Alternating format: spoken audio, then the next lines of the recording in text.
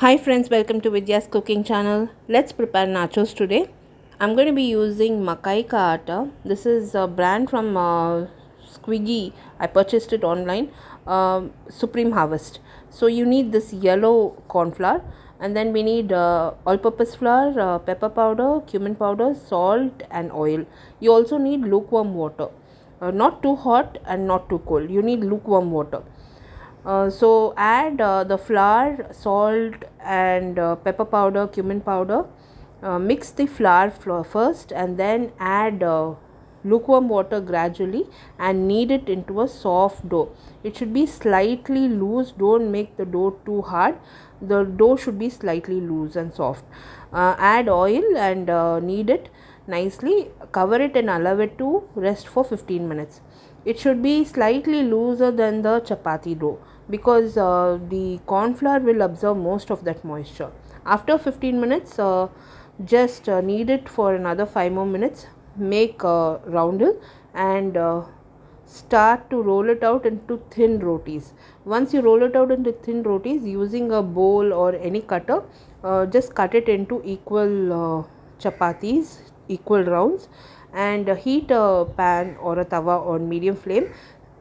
Just fry it on very low flame for a minute's time on each side or for a few seconds on each side till those bubbles form on that roti.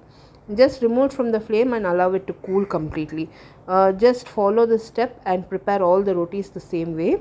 Then once the rotis have cooled down, using a sharp knife or a scissors, just chop it into half and then into a half again, so you'll get even nachos. Once you have chopped these nachos, allow it to cool down completely. Place a wok with enough oil for frying and place it on very low to medium flame. Now once the oil is nice and hot, add this nachos in small batches and keep frying it for a minute's time. Once it turns light golden brown in color, drain it from the oil and leave it on the parchment paper.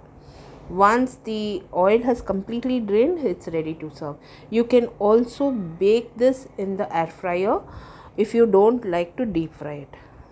So either ways it tastes excellent, but make sure you fry the rotis properly on the tawa and the roti should be nice and thin. Then only you'll get that crispy and crunchy nachos.